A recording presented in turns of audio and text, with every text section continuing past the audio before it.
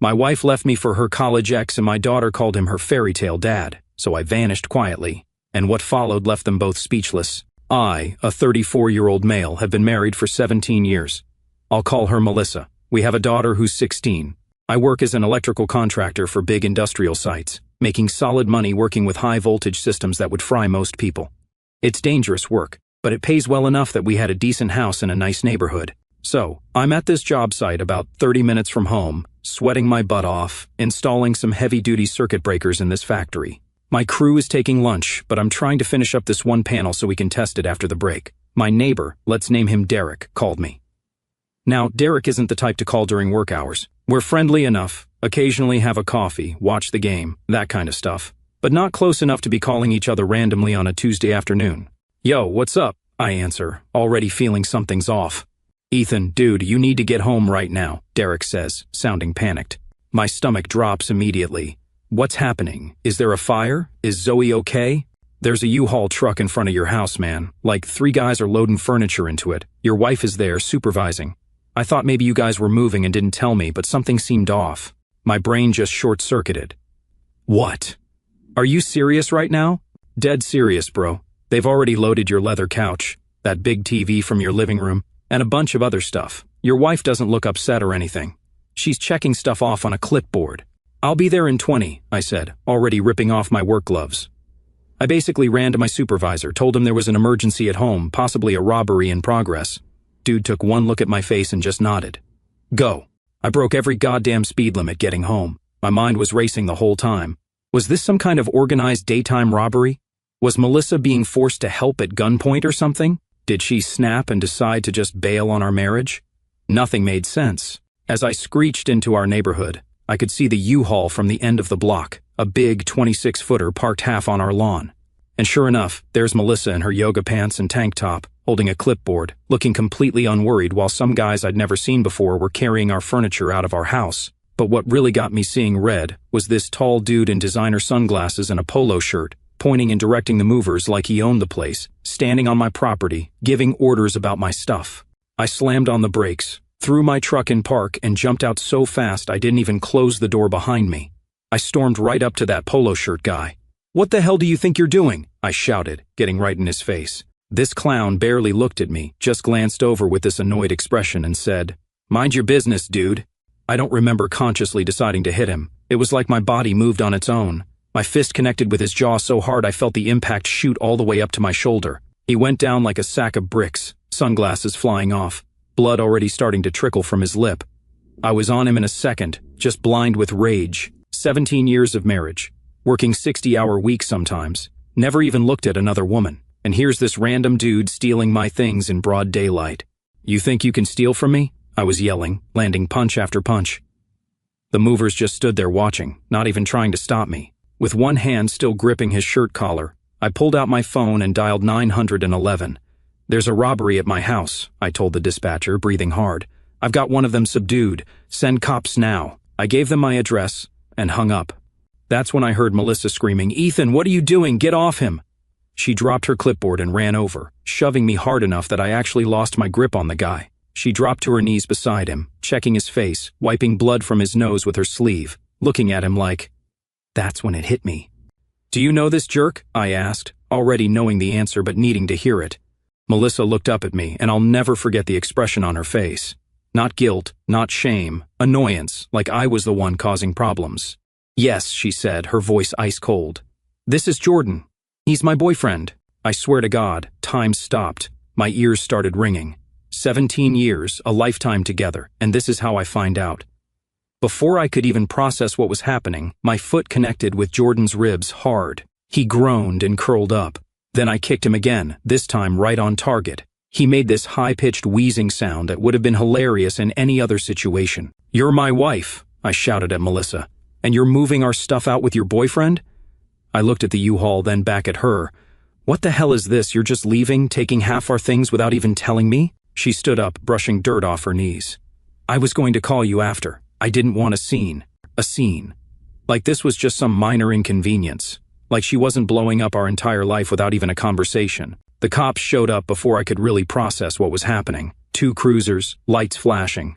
The neighbors were all out on their porches by this point, watching the show unfold. This big cop immediately got between me and Jordan, who was still on the ground, moaning. "What's going on here?" he demanded, hand hovering near his weapon. "I'm the homeowner," I said, trying to keep my voice steady. "I got a call from my neighbor that people were loading my furniture into a truck. I came home and found this guy directing the movers. My wife apparently decided to leave me and take half our stuff without telling me." The officer looked at Melissa. "Ma'am, is this your husband?" She nodded, still looking pissed. "And you're removing items from the house?" "I'm taking my half," she said, like it was the most obvious thing in the world. The officer sighed. "Ma'am, you can't just take things from the marital home without a court order. Until a judge orders the assets to be split, you can't legally remove furniture or major possessions." Melissa's face went from annoyed to shocked. "What? That's ridiculous. Half of this stuff is mine." "Maybe so," he said. "But you need legal documentation before you start dividing property. What you're doing right now could technically be considered theft." Her mouth dropped open. "Theft? It's my stuff too." "The law doesn't work that way, ma'am. You need to go through proper legal channels." By this time, the second cop was helping Jordan up. Dude's face was already swelling, blood smeared across his chin. He was giving me the death glare but wisely kept his mouth shut. "So, what am I supposed to do?" Melissa demanded. "You can take your personal effects, clothes, toiletries, items that are clearly yours alone. But furniture, electronics, anything that could be considered jointly owned stays until the courts decide otherwise." Melissa looked like she was about to explode. I can't believe this." Jordan finally spoke up, his voice nasal from his busted nose. "Baby, let's just go. We'll figure it out later. Baby." I lunged toward him, but the cop caught me. "That's enough," he said firmly. "One more move like that, and you're in cuffs too." I backed off, but I was still seeing red. The cops turned to the movers, who'd been standing around this whole time like they were watching a damn reality show. "You guys need to unload everything you've already put in the truck, now."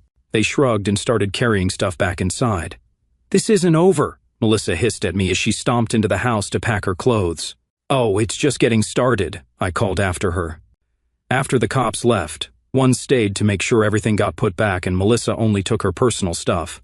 I sat in my living room, staring at the wall, trying to process what the hell had just happened. My knuckles were bruised and swelling. My wedding ring felt like it was burning a hole in my finger. I took it off and tossed it onto the coffee table. I was still sitting there when Zoe got home from school. She walked in, backpack slung over one shoulder, and stopped short when she saw me. "Dad, why are you home?" Then she noticed the state of the living room, furniture all askew from being moved and put back, a few drops of blood on the carpet from where I'd beat Jordan's ass. "What happened?" I patted the couch next to me. "Sit down, kiddo. We need to talk." She sat, looking nervous. "Is everything okay?" I took a deep breath. "Your mom left today. She's seeing someone else." I expected shock, confusion, maybe tears. What I didn't expect was for Zoe to just nod slightly and say, "Oh, you mean Jordan?" The air left my lungs like I'd been punched. You knew about him?" She started picking at her nails, not meeting my eyes. "Yeah, Mom told me a while ago." "How long?" My voice sounded hollow, even to me. She shrugged. "Like 6 months, maybe. He's her college boyfriend. They reconnected on Facebook last year." Each word felt like a knife. My own daughter had known my wife was cheating for months and never said a word to me. "She said he's her soulmate," Zoe continued, still not looking at me, "that they were meant to be together, but life got in the way. He had to move to Europe for work right after college, and they lost touch. She said she only married you because you were stable and would be a good provider. So I was just a backup plan, just an ATM machine." Zoe shrugged again. "She said you were a good choice, reliable, nice, but she never really loved you the way she loved Jordan." The casual way she said it, like she was discussing the weather, like my entire life hadn't been a goddamn lie, like she hadn't been complicit in keeping this secret from me. "So, if Jordan had never left for Europe, your mom would have married him instead, and you would have been his kid. That would have been better, right?" I asked, trying to keep my voice steady. "Yeah," Zoe said with this dreamy look. "Mom says they're soulmates. It would have been perfect." "Who else knows about this?" I asked. "About Jordan?" "Grandma and Grandpa know," I said, referencing Melissa's parents. "They never really liked you anyway," she said. "They always thought Mom could do better." That was the final straw. 17 years with those people. 17 Christmases, Thanksgivings and birthdays, fixing their cars, helping them move, building them a goddamn deck for their retirement house. And they'd never really liked me. I laughed. It wasn't a happy sound. "Dad, are you okay?" Zoe asked, finally looking concerned. I gave her a smile that I know didn't reach my eyes. "I'm going to be just fine. In fact, I'm going to give everyone exactly what they want." I didn't sleep that night, just sat there making plans. By morning, I knew exactly what I was going to do. First stop, my buddy Marcus's law office. Marcus is this shark of a divorce attorney who handles all the nasty high-conflict splits in town. We played football together in high school, and I'd rewired his whole house for free last year. I walked in without an appointment, but his secretary took one look at my face and immediately ushered me back. "Jesus, Ethan, you look like—" Marcus said when I walked in. "What's going on?" I laid it all out for him, every detail. By the time I finished, he was already pulling out forms. "I need this done fast," I told him, "and I need to protect everything I have. She gets the absolute minimum required by law, not a penny more." Marcus nodded. "We'll file today. Emergency hearing to freeze assets too, since she already tried to remove property." "What about custody?" I laughed bitterly. "Let her have Zoe. They deserve each other." Marcus raised an eyebrow but didn't argue. "Child support will still be required." "Fine. Whatever the law requires until she's 18, but nothing extra."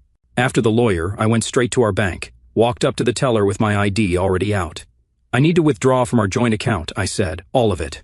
The teller, her name tag said Brenda, looked nervous when she saw the balance. "Almost $23,000, our emergency fund plus some savings for a kitchen remodel we'd been planning." The entire amount, sir?" "Actually," I said, thinking about it, "leave $37 in there." She blinked, confused. "That's a specific amount." "It's exactly what my wife has contributed to that account in the last year," I said. "The rest came from my paychecks." Next, I called HR at my company and removed Melissa as the beneficiary on my 401k and life insurance, replacing her with my sister. I called our credit card companies and reported the cards as lost so they'd be deactivated. Canceled our joint Costco membership, Netflix, Hulu, Amazon Prime, everything. I even called our gym and told them my wife would no longer be on my family plan. Last, I called my mom and filled her in on what happened. "I can't say I'm surprised," she said after a long pause. "That girl always had wandering eyes, even at your wedding. Why didn't you say something? Would you have listened? You were so in love. Besides, I didn't have proof, just a feeling. Mothers know these things." We talked a bit longer, and I told her my plan to let Melissa have custody of Zoe. "Are you sure about that?" Mom asked. "Zoe's still your daughter, even if she's been difficult. I can't look at her right now, Mom. Every time I see her face, all I can think about is how she knew and didn't tell me. How she was excited about it. How she wished some other guy was her dad. She's 16, Ethan. Kids that age say stupid things. They don't understand consequences. Well, she's about to learn." But my mom wasn't done. "If you really feel you can't handle having Zoe with you, she can stay with me until things settle down. But don't make any permanent decisions while you're angry." I agreed to think about it. Maybe my mom was right. But right then, I couldn't stand the thought of looking at Zoe's face every day, knowing she'd been part of this deception. The next day, Melissa got served papers at the salon where she worked as a stylist. According to the process server I hired, I paid extra for same-day service, she turned white as a ghost when she realized what she was getting, which was absolutely nothing. Our house was in my name since I bought it 2 years before we got married. My truck was a company vehicle. Her car was already in her name, so she could keep that. No alimony, since we both worked and made comparable salaries. Just basic child support for Zoe until she turned 18, which was less than 2 years away. Her phone blew up my phone all afternoon. I let it go to voicemail the first 10 times. The 11th time, I finally answered. "What is this?" she screamed as soon as I picked up. "Divorce papers?" "I thought that was obvious from all the legal language," I said calmly. "You're trying to leave me with nothing. That's not how this works, Ethan. I get half of everything." I couldn't help but laugh. "You get half of what we acquired together during the marriage. The house was mine before we got married. My 401k is protected because you have your own retirement account. We make the same money, so no alimony. Your car is already in your name. You're getting exactly what you're legally entitled to, which, by the way, is a hell of a lot more than you deserve after hooking up with some guy behind my back for months. This isn't over," she hissed. "I'll fight this. Good luck with that. I've got text from Zoe confirming you've been cheating for at least 6 months. I've got a police report from yesterday when you tried to steal our furniture. And I've got Marcus as my lawyer who, as you know, eats people like your bargain basement attorney for breakfast." She started crying then, actually trying to guilt me. How am I supposed to start over with nothing after 17 years together? Don't I deserve something for all that time? "You got Jordan," I said. "Your soulmate, right? The guy you should have been with all along. Well, now you can be together without me in the way. Isn't that what you wanted?" I hung up before she could answer. 2 weeks later was our first court date. Marcus had pushed for an expedited hearing, and with the evidence of Melissa trying to remove property, the judge agreed. I showed up in my best suit, clean-shaven, looking as respectable as possible.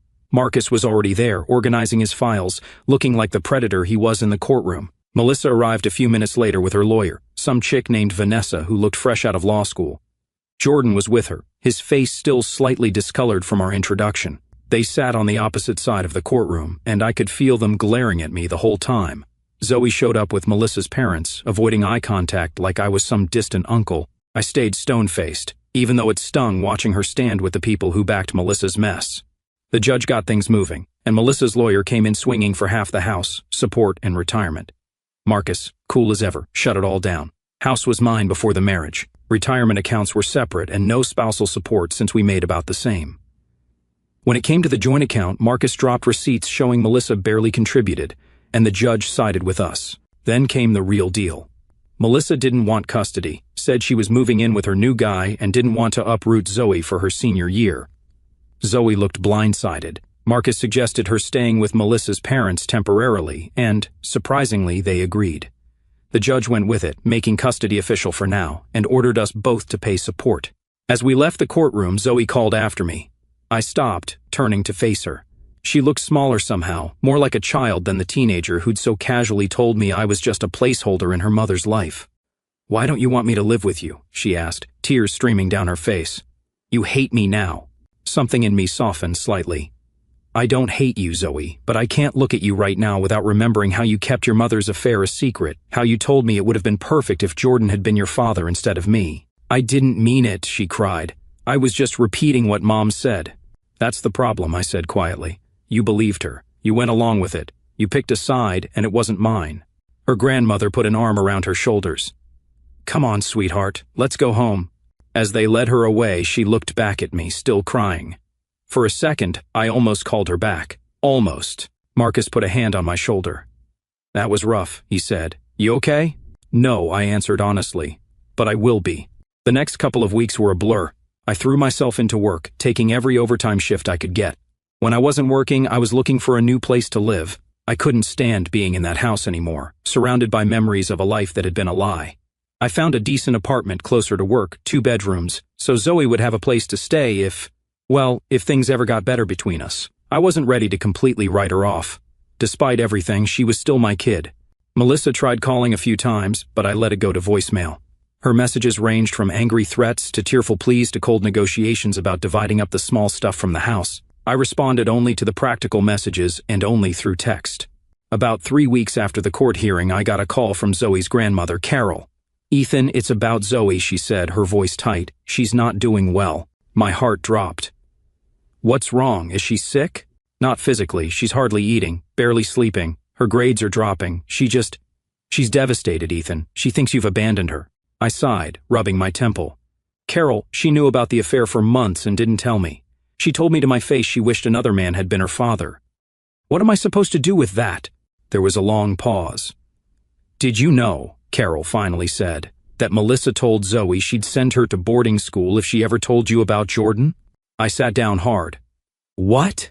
Melissa threatened her, said if Zoe ruined things, she'd make sure Zoe regretted it. That girl was trapped between her parents, Ethan. She made a mistake, but she was manipulated by her mother. I didn't know what to say. I'd been so hurt, so angry, I hadn't considered that Zoe might have been coerced into keeping the secret. "Would you be willing to talk to her?" she asked. "Really talk? I think she needs to hear from you that you don't hate her."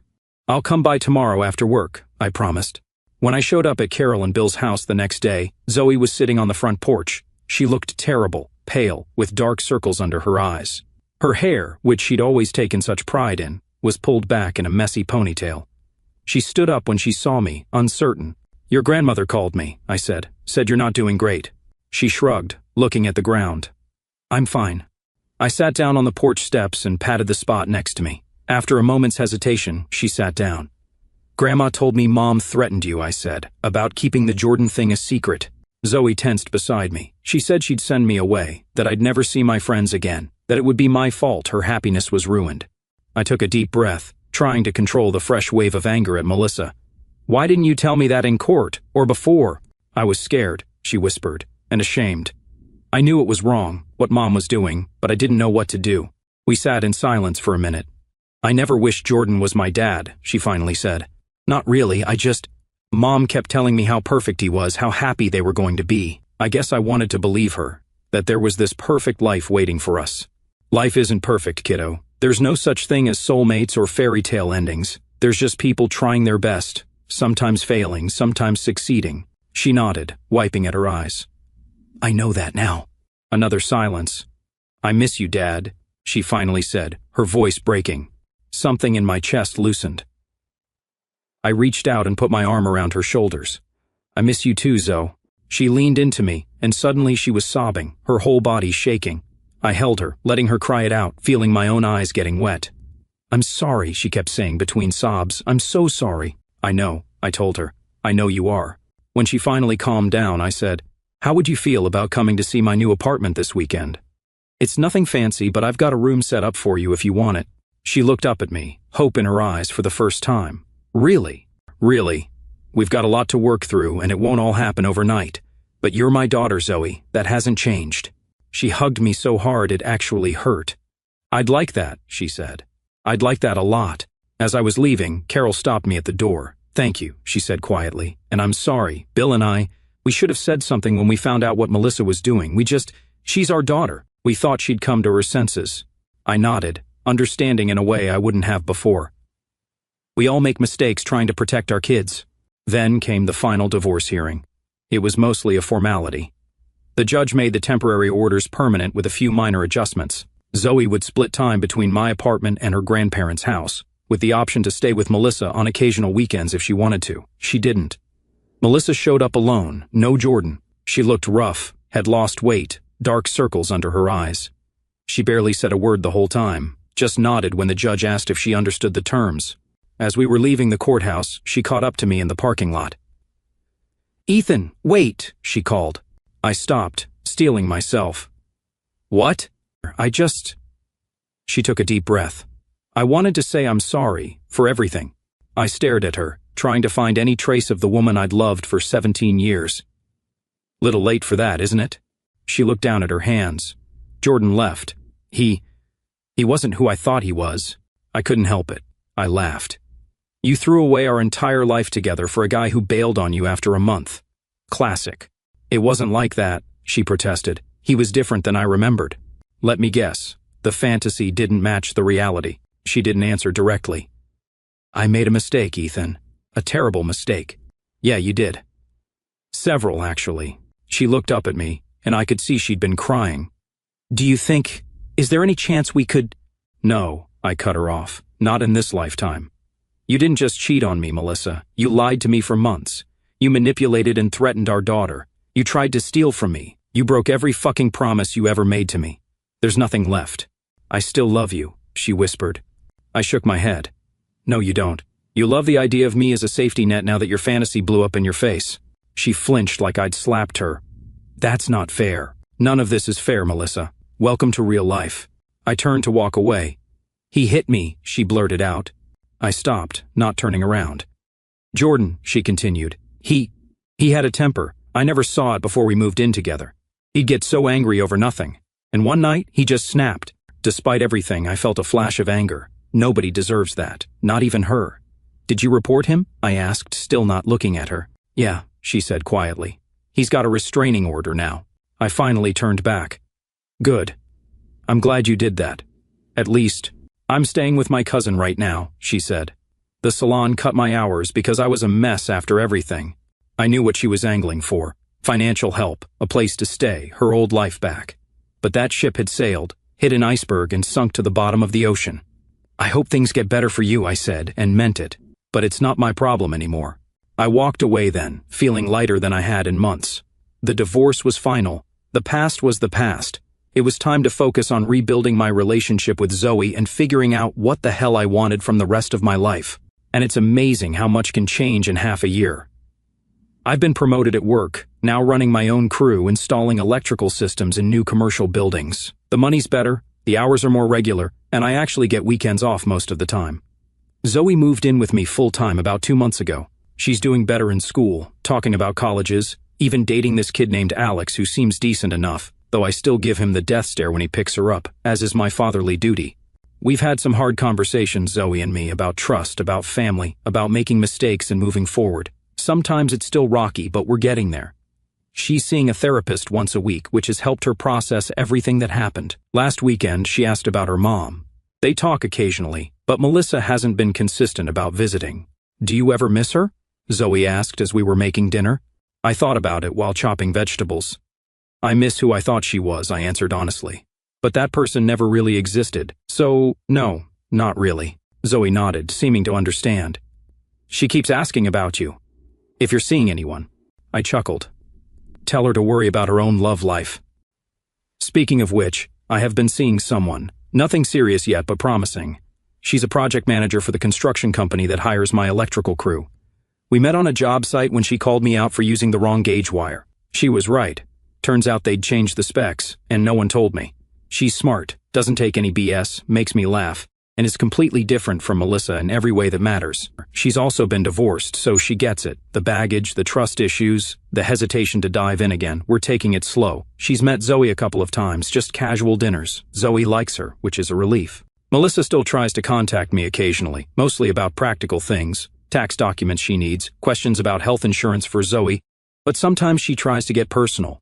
I keep it strictly business. There's no going back. And honestly, I don't want to. I ran into her parents at Zoe's school concert last month. It was awkward at first, but Bill shook my hand and said, "You're a good father, Ethan. Better than we gave you credit for." It wasn't quite an apology, but it was something. As for Jordan, I heard through the grapevine that he violated the restraining order and spent a month in county lockup. Can't say I'm broken up about it. Now, a year ago, if you told me my wife would leave me for another man, my daughter would be complicit in hiding it, I'd have said it would destroy me completely. And for a while, it nearly did. But here I am, still standing, stronger maybe than I was before. Life didn't just go on, it got better. Not in a movie montage and everything is perfect kind of way, but in the way where your chest doesn't feel like it's caving in every time you walk through your own front door. The silence in my house used to scream. Now it feels like peace. Zoe and I were good, real good. That took time and some brutally honest conversations, but we found our way back. She's got this insane level of emotional maturity now. Tells me she wants to study psychology so she can help other kids deal with the crap we barely talk about in most families. That's her heart, man. She's got it. Melissa's still out there, making Melissa choices. Last I heard, she's dating some dude from a car dealership who wears way too much cologne and says bro unironically. Zoe meets up with her every few weeks for lunch or whatever. I let them have their space. I've got no energy left to police that dynamic. And me? I'm doing all right. Jamie moved in a little while ago. She's nothing like what I thought I needed and somehow exactly what I do. We keep it simple. She makes Zoe laugh. That alone earns her a gold star. Sold the house, wrapped up the paperwork, and walked away from all the ghosts that came with it. Even split the profits with Melissa. Call it a business transaction in the name of sanity. And I don't regret how I handled the divorce. You don't fight a forest fire with a squirt gun. When someone's torching your life, you grab the hose, call the fire department, and bulldoze the burnt leftovers. Clean slate. Zero apologies. The one thing I do wish I'd handled differently was Zoe. I was angry, hurt, blindsided, and I took that pain and made it a wall between us. Took time to break it down. But we're good now. Better than good, actually. She challenges me, calls me out, makes me proud in a way I can't explain without tearing up. Oh, and if anyone's wondering, Jordan, Melissa's soulmate? That dude spiraled fast. Turned out to be controlling, manipulative, paranoid. The whole greatest hits album of red flags. Zoe told me he ended up in jail after things got physical. Melissa landed in the hospital. Karma's weird like that. Doesn't always come fast, but it rarely forgets. Do I feel bad? I don't know. I wouldn't wish abuse on anyone, but I also can't forget how she played me, lied to me, and tried to erase me like I was a glitch in her love story, Boboot. That's on her. She built the bridge. She burned it, then watched it fall with a front row seat. And to everyone DMing me, asking if Zoe is really mine. Stop, seriously, that girl is mine in every way that matters. DNA doesn't define a father. Showing up does. Anyway, life isn't a fairy tale. But I'm no longer stuck in a horror story either. And if you're sitting in the wreckage of your own relationship right now, wondering if there's a way out, there is. You walk, you rebuild, you protect your peace like it's sacred, because it is. Catch you all on the flip.